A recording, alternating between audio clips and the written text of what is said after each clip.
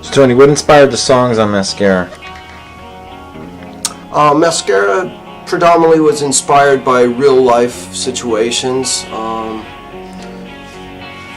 Going along, for instance, Before the Sunrise, the intro to Mass-Scara, could just kind of run through it song for song.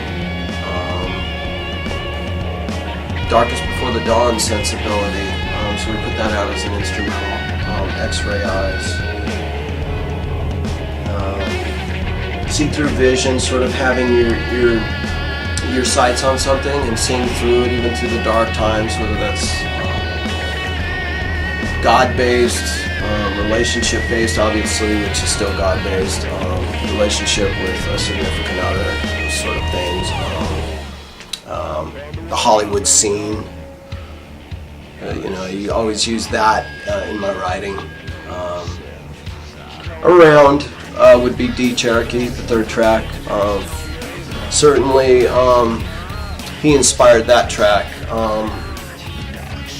So just the hardship of losing him, that sort of thing. It wouldn't have come without that. That's not why I like to write songs, but I tend to write songs that reflect my feelings about significant others passing on. In fact, the first song I ever wrote was in 1994. I mean, in the sense of beginning to end, something that stands up. Eleanor Jane Farewell, about my grandmother. She passed in 93, wrote the song the day she passed. Didn't mean for that to happen, but it happened, and that's the way it rolls. It's important, too, when you're in those moments to hang tough, take a few breaks, but make sure to stay on the song, because I believe that sometimes when we break away from the drawing board or the studio console, that sometimes the energy changes. So it's important to stay in the game when you're in that writing mode, when you're grieving, lost something like that, or just inspired by the waves or the beach. And so I love so much about California and guitar. But without further ado. Cake and Eat It Too, song number 4, basically. It's a funny concept, but it's just the hypothetical and the real life sense of what we all go through. We really dig someone, they don't really dig us, but they're playing us. That's our sort of mentality. And sort of like, I want my cake and I want to eat it too. I really would like to be really into a girl, sensibility, and her being into me too. And so that's where Cake and Eat It Too. You can't have your cake and eat it too. And anyway, that was wonderful. Dark and Dreary Days, song 5. Just walking down to the corner down to the corner liquor store and get a licking with all the street folk like begging for change. You're sort of stepping over like puddles of urine and piss on the floor, that sort of thing, excuse the French, but and those sort of things. The hard, big, wide open, the big yonder days in Hollywood. What am I going to do all day? Yeah, I know I'm writing songs, but who are they reaching? What are they all for? Dark and dreary days, sort of the beginnings, sort of like, so that's sort of where Dark and Dreary Days came from and comes from, and just any kind of hard day that we all have, and that we've got to remember that they pass, the clouds, this too shall pass. Song for Michelle, just basically for just cleanse us from all that pain that we've gone through with her loss, and just help us through it, God, that mentality. So Michelle was definitely the inspiration, but the healing was the inspiration behind that song. Take the Time, song 7, basically just reaching out to somebody and taking the time to let them know, hey,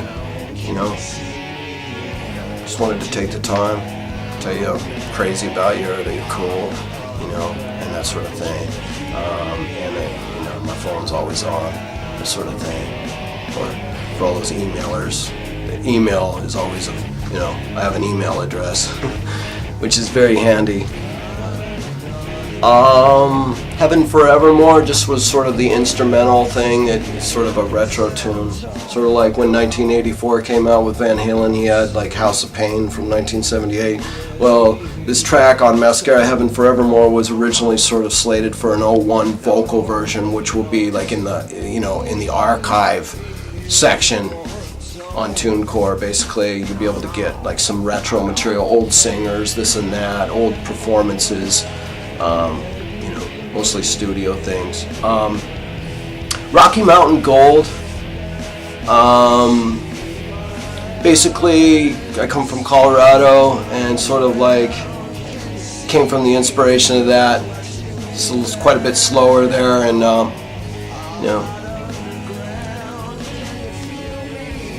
the women in my family were sort of brought up in Colorado, just sort of like watch your step with with our women, that sort of thing. So it's just a playful song.